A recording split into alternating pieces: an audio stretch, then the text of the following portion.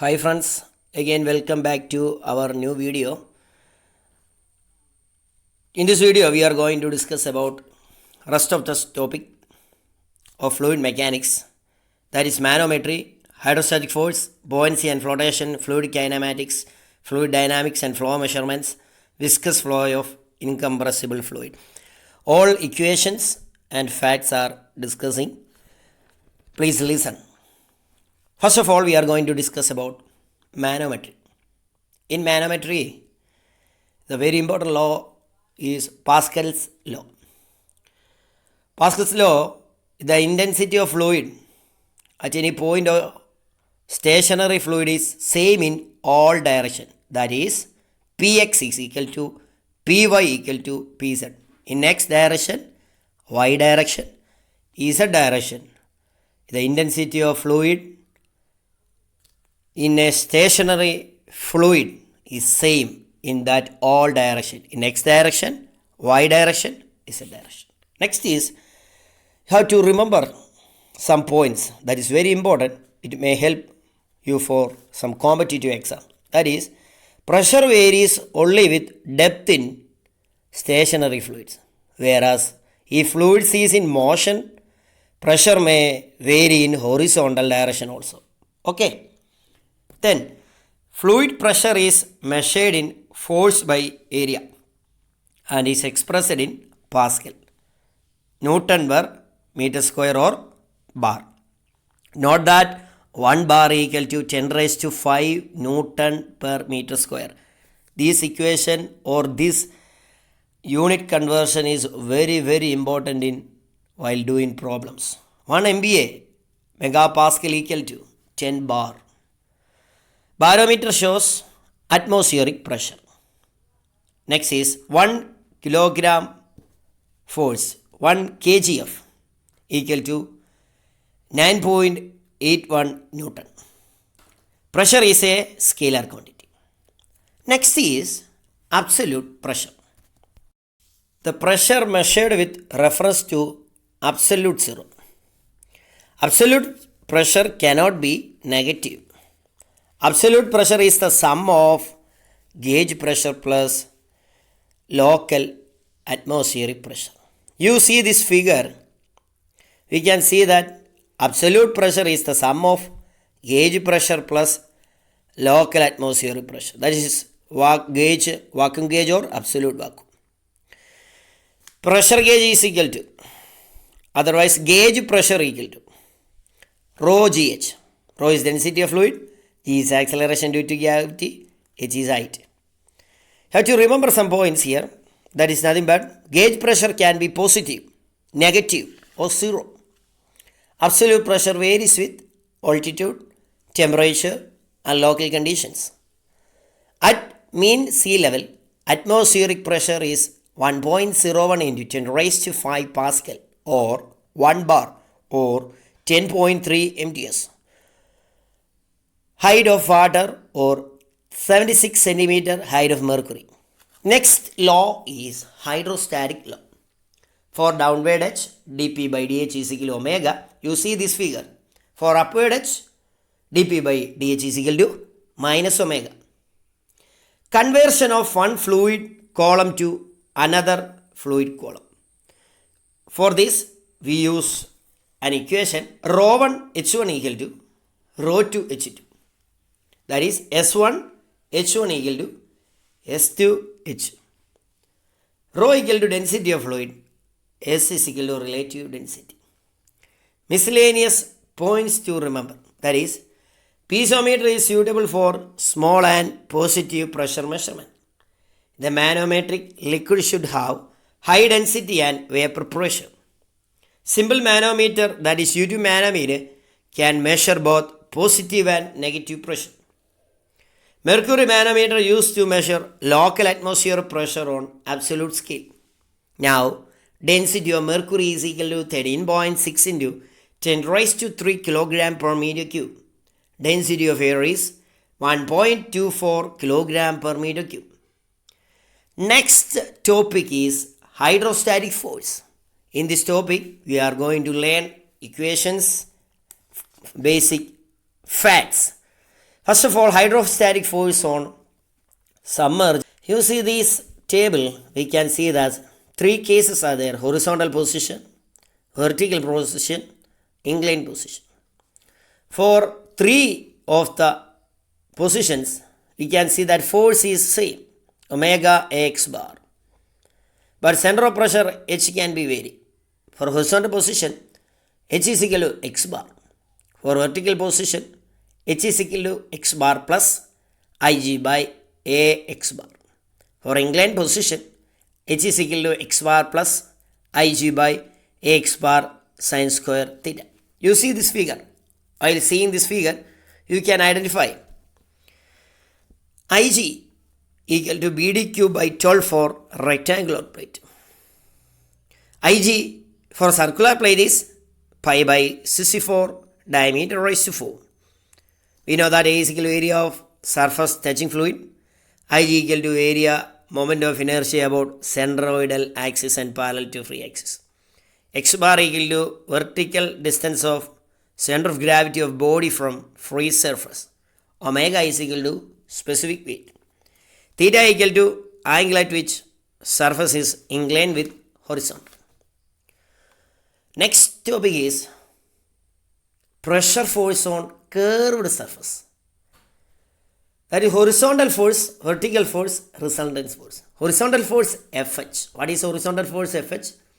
Horizontal component of the resultant hydrostatic force. Fx of curved surface may be computed by projecting the surface upon a vertical plane and multiplying the project area by the pressure at it on center of area. Now Fe, that is nothing but vertical force. Vertical component of force Fi is equal to the weight of the liquid block lying above the curved surface up to free surface. While seeing the previous figure, you can identify all these things. Now resultant force F, we know that F is equal to root of Fh square plus Fv square. Angle of line of action of resultant force with horizontal is given by tan theta. That is nothing by Fy by Fx. Next is depth of center of pressure for some vertical plane surfaces from liquid surface. We can see that almost 7 cases are discussed. While seeing this table, you can identify the center of gravity and center of pressure, that is x bar and p, of all these rectangle, trapezium, triangle, circle, semicircle, parabola, etc. For rectangle, the center of gravity is x bar is h by 2 and the center of pressure is 2h by 3. For trapezium, center of gravity is a plus 2b by a plus b into h by 3. Center of pressure is a plus 3b by a plus 2b into h by 2. For triangle, the center of gravity is 2h by 3. Center of pressure is 3h by 4. For circle, center of gravity is d by 2. Center of pressure is 5d by 8. For semicircle, it will become 2d by 3 by and center of pressure become 3 pi d by 32. For parabola, 3h by 5, 5h by 7. Point to remember. In case of vertical surface, when depth of immersion x bar is very large, then center of pressure is equal to center of gravity. Now the next topic we are going to discuss it is buoyancy and flotation. While studying buoyancy, we know that a very important and familiar principle is nothing but Archimedes principle. What is Archimedes principle? Every mechanical, automobile, civil, chemical, aeronautical engineers must by heart and know this principle. When a body is submerged either fully or partially, then it is acted upon by a force of buoyancy vertically up, which is equal to weight of liquid displaced by the body. Important points to remember is this force of buoyancy always act through the center of liquid displacement. Center of buoyancy is that point through which buoyant force act. Next is principle of flotation. You see this figure, a body is immersed in a fluid. Total height is h and the height below the water surface is h. Then h rho body equal to h rho fluid. Next is condition for equilibrium or submerged body. For stable equilibrium, in case of floating body, metacenter should be above center of gravity. In case of submerged body, center of buoyancy should be above center of gravity. Distance between metacenter and center of buoyancy, Bm, equal to moment of inertia I by V immersed. That is, Im is equal to moment of inertia of top view of floating body about longitudinal axis. V is equal to volume of body immersed in liquid. Next is points to remember. Very important. Metacentric height of rolling condition will be less than metacentric height for pitching condition. Next is time period of oscillation. This equation is very familiar, but you should by heart this equation. If a floating body oscillates, then its time period of transverse oscillation is given by capital A is equal to 2 pi root of k square g by small letter g into metacentric height gm.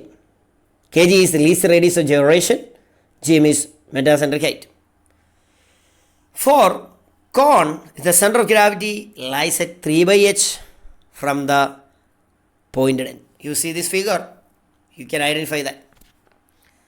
Next topic under fluid mechanics is fluid kinematics. In fluid kinematics, two concepts are very important.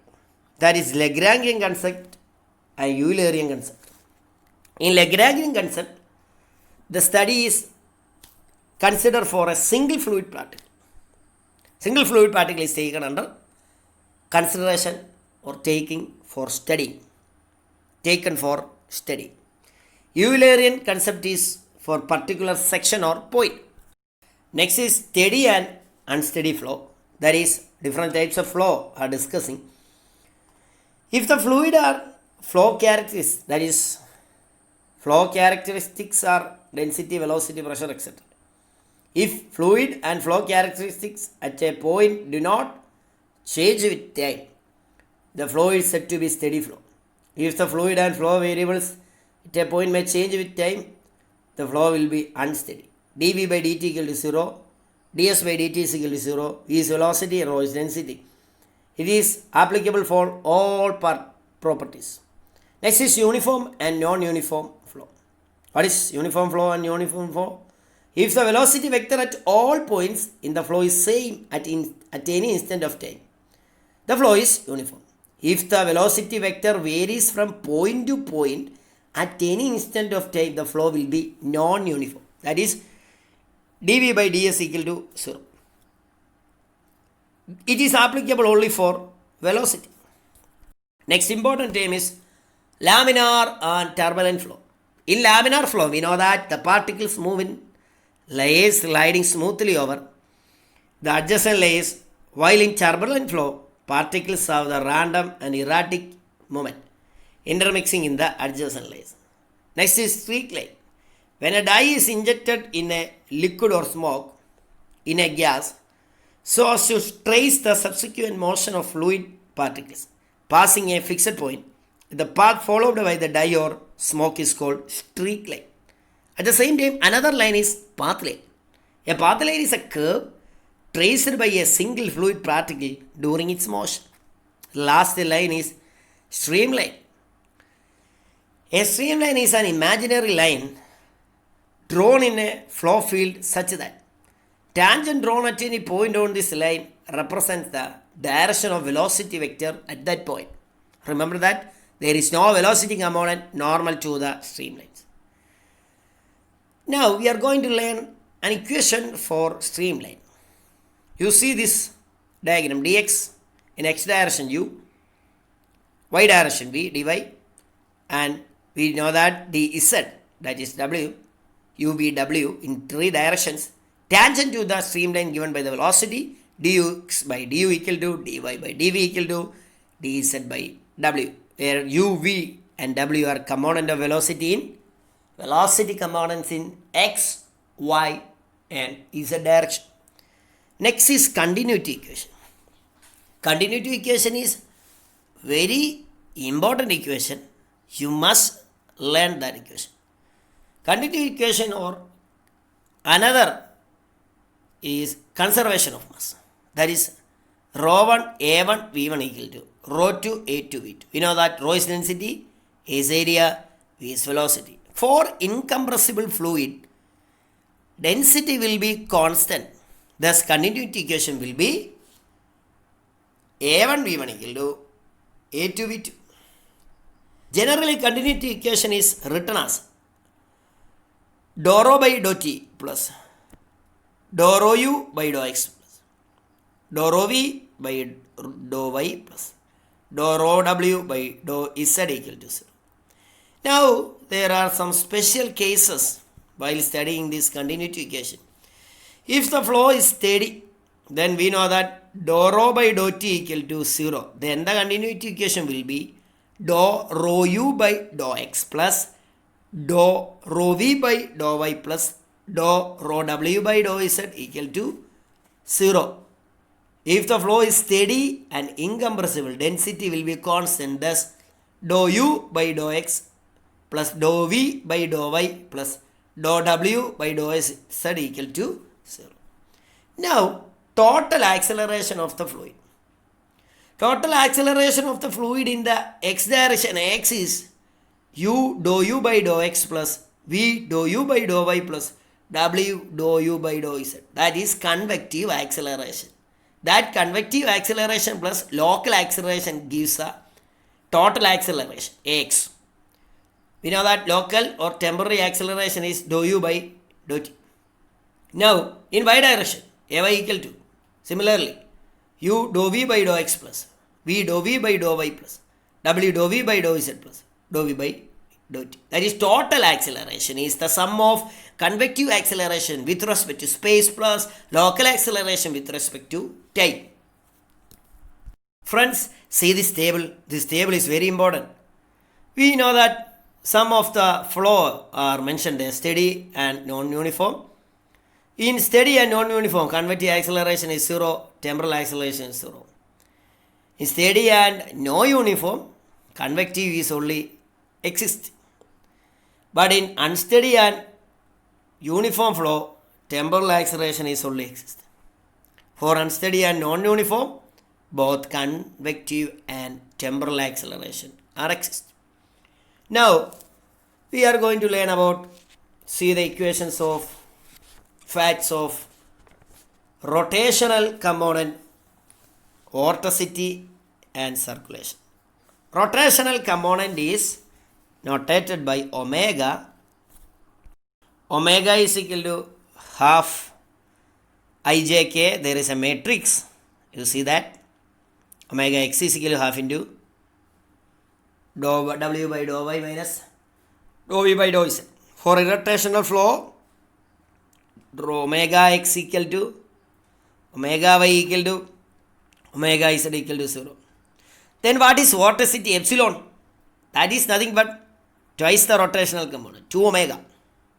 Now circulation. It is a line integral of tangential component of velocity around a closed curve. That is circulation equal to vorticity into area. In this, have to remember some important points. That is nothing but in irrotational flow, the vorticity is 0 at all points in the flow region, while for rotational flow, vorticity is non-zero. Flow outside the boundary layer has irrotational characteristics, while that within the boundary layer is rotational characteristics. Now, we are going to see about the velocity potential function, that is phi. Friends, never be confused about the notations. Rotational component is omega, vorticity is epsilon, circulation is tau, velocity potential function is phi. That is u equal to minus dou phi by dou x. V is equal to minus dou phi by dou y. W is equal to minus dou phi by dou z. Some points to remember are flow always occur in direction of decreasing potential. Velocity potential function exists only for irrotational flow. Laplace equation is given by dou square phi by dou x square plus dou square phi by dou y square equal to 0. If velocity potential function satisfies Laplace equation, then it also satisfies continuity equation. Hence the flow is possible. Now, next is streamline function psi, that is v equal to dou psi by dou x, u equal to minus dou psi by dou y. If psi exists, then it satisfies continuity equation and flow can be rotational or irrotational. If stream function satisfies a Laplace equation, then it is case of irrotational flow. Discharge per unit length, that is psi 1 minus psi 2, that is known as discharge per unit length. Next is another important equation, Cauchy-Riemann equation. Cauchy-Riemann equation is dou phi by dou x equal to dou psi by dou y equal to u and minus dou phi by dou y equal to dou psi by dou s equal to v. Friends, these equations, if you are a student appearing for university examination, before examination, while you can watch this video, so that every equations in the syllabuses are mentioned here. Equipotential lines and constant stream function lines are orthogonal. And next topic is fluid dynamics and flow measurement. Very interesting one.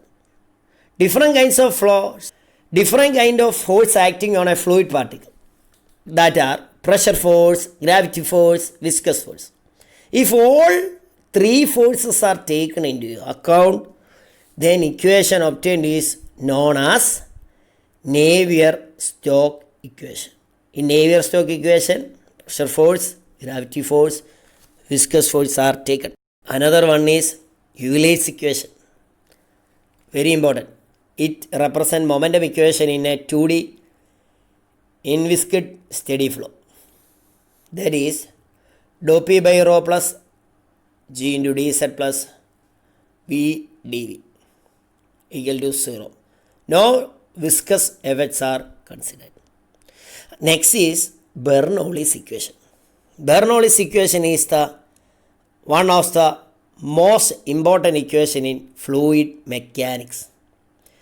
In Bernoulli's equation, while integrating the Euler's equation, we will get Bernoulli's equation. Before that, you have to learn about assumptions. Some of the assumptions used in Bernoulli's equation. In competitive exam, you will get this question. What are the assumptions? Option A, option B, option C, option D. While you are learning these assumptions by heart thoroughly, you will get the correct answer at that time of examination. First is fluid is ideal, flow is steady, flow is continuous, fluid is incompressible, flow is non-viscous, flow is irrotational, and it is applicable along a streamline. While integrating the Euler's equation, you will get the Bernoulli's equation, that is nothing but P by omega plus Z plus V square by 2G equal to constant, where three of the heads are available there. That is pressure head is P by W, gravitation head is Z, and both these heads can be together known as piezometric head. Venturi meter is next topic. Venturi meter is a flow measuring instrument. You see this figure, this is Venturi meter, and D2 is equal to 1 by 3 to 1 by 2 D1. Angle of convergence is 20 to 20 degree, angle of divergence is 6 to 7 degree, and should be not greater than 7 degree to avoid flow separation. If the angle is more than 7 degree, there is flow separation occurs. It is used for measuring discharge. Venturi meter is used for measuring discharge, and coefficient of discharge Q ideal for Venturi meter is nothing but A1 into A2 into root 2G division by root of A1 square minus A2 square, where H is piezometric head difference, H can be written as P1 minus V2 by omega, V2 square minus V1 square by 2G. This H equation is important. H is X into Sm by S minus 1, where X is manometric deflection, Sm equal to relative density of manometric fluid, S is relative density of flowing fluid. Now, actual discharge Q actual equal to CdV into Q ideal. For Venturi meter, CdV is 0.94 minus is 0.94 to 0.98. Here CdV equal to coefficient of discharge. CdV, coefficient of discharge, is root of H minus HL by H, where HL is head loss in convergent divergent section. Next flow measuring instrument is Orifice Meter. It is the cheapest arrangement, but it has more energy loss. You see this figure of Orifice Meter. And now we are going to learn about the coefficient of discharge equation. Q equal to CD into A1 A0 by root of A1 square minus A2 square into root 2GH. A1 and A2 are the area. D0 is the diameter. Points to remember, it is used for measure discharge. And CD varies from 0.64 to 0.76. For Orifice, CC is equal to CD by CC. That is coefficient of contraction equal to coefficient of discharge by coefficient of velocity. Now, next instrument is Part.It. It is based on principle of conversion of kinetic head on to pressure head. The point at which velocity reduces is called stagnation point. You see this figure. VTH equal to root 2GH. That is root 2G into PS minus PO by rho G. We know that PS by rho G is stagnation head. PO by rho G equal to static head. Velocity head is indicated by the difference in liquid level between Part.It tube and piezometer. The Part.It tube measures the total head and therefore known as total head tube. Now, application of Part.It tube in pipes. See this figure. V1 is equal to 2GH, H is equal to X into Sm by S minus 1. Now, some of the coefficients. Hydraulic coefficients. First one is CC, second one is CV and CD. CC is nothing but contraction coefficient. Coefficient of contraction. Area of jet at vena contracta by area of orifice. This is CV, coefficient of velocity. Actual velocity by theoretical velocity. This is coefficient of discharge, that is actual discharge by theoretical discharge. Now, next is some of the devices and their uses. Venturi meter is used for flow measuring or rate of flow. Flow nozzle, orifice meter, bend meter, rotameter are always for the measurement of discharge. But Part.It is used for measurement of velocity. Hot wire manometer is used for air and gas velocity. Current meter is used for velocity in open channels. Last topic in this video is viscous flow of incompressible fluid. In viscous flow, fluid particles move along a straight parallel path in layers. It occurs at low velocity and viscous force predominates inertial force. In this, there is some numbers. First number is Reynolds number, Re. It is the ratio of inertia force by viscous force. Rho Vd by mu. Now we can identify whether a flow is laminar or transitional or turbulent by knowing its Reynolds number. See this table.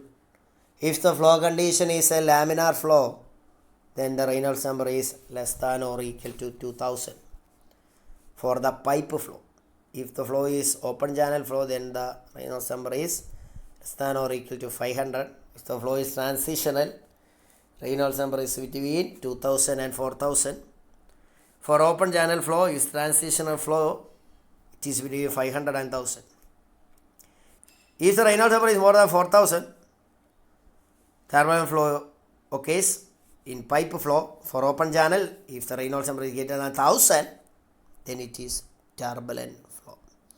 Next is entrance length, LE. LE is the length of pipe from the distance up to the point where the flow attains fully developed velocity profile and which remains unaltered beyond the known as entrance length LE. The entrance length required to establish fully developed laminar flow is given by LE by D equal to 0.07 RE. The entrance length for fully developed turbulent flow is given by LE by D, that is 50. LE by D equal to 50. Laminar flow through circular pipe. That flow is known as Hagen-Poiseuille law. That is tau is equal to minus dou P by dou X into R by 2.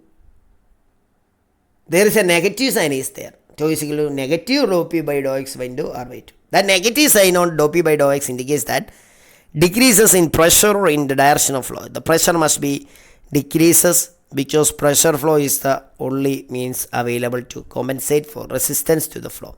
The potential and kinetic energy remains constant. Points to remember. Above equation is valid for steady and non-unsteady flow. The maximum value of stress of case at R equal to R. In laminar flow, shear stress is entirely due to viscous action. Next is velocity distribution. Very important. You see this figure? R is the distance measured from the axis. U is equal to 1 by 4 mu into minus dou P by dou X into R square minus R square. If at the center R is equal to 0, then the equation will be U max, that is 1 by 4 mu into minus dou P by dou X into R square. Here U is equal to maximum velocity, U is equal to Ux into 1 minus R square by R square. Now discharge through a pipe. For that Hagen-Poiseuille equation for viscous flow, Q is equal to pi by 128 mu into minus dou P by dou X into D square. Mean velocity is U max by 2. Some of the points to remember is that the maximum velocity occurs at the axis. Point where local velocity is equal to mean velocity is given by R equal to capital R by root 2 equal to 0.707 capital R. You see the figure. There is pressure drop in pipe. That equation is P1 minus P2 equal to 32 mu into V average L by D square. And laminar flow between two fixed parallel plate. In that, velocity, discharge, pressure are discussed. Velocity U equal to 1 by 2 mu into minus dou P by dou X into Ty minus Y square. Remember that the maximum velocity occurs at Y is equal to T by 2 and it is given by UM is equal to T square by 8 mu into minus dou P by dou X. V average equal to 0.66 U max. Discharge per unit with Q is equal to 1 by 12 mu into minus dou P by dou X T is cube. Pressure drop in given length P1 minus P2 equal to 12 mu VL by T square. There is a factor called beta. It is known as momentum correction factor. Remember that. Momentum correction factor beta. What is that? It is defined as the ratio of momentum per second based on the actual velocity to the momentum per second based on the average velocity. That is beta is equal to. What is beta? Momentum correction factor. Remember that. Say momentum correction factor beta. Beta is equal to 1 by AV square into integral U square into dA. V is equal to average velocity. U is equal to local velocity. For laminar flow, momentum correction factor beta is equal to 1.33. When the flow is turbulent, it will become 1.2. Next factor is kinetic energy factor, alpha. Never confused about these two factors. One is momentum correction factor beta and the second one is kinetic energy correction factor, alpha. What is that? It is defined as the ratio of kinetic energy per second based on the actual velocity to the kinetic energy per second based on average velocity. That is alpha is equal to 1 by AV cube into integral U cube into dA. For laminar flow, energy correction factor is alpha is 2. For turbulent flow, alpha is 1.33. So friends, hope you all learned these basic equations of fluid mechanics. Friends, so subscribe and stay tuned. Bye bye.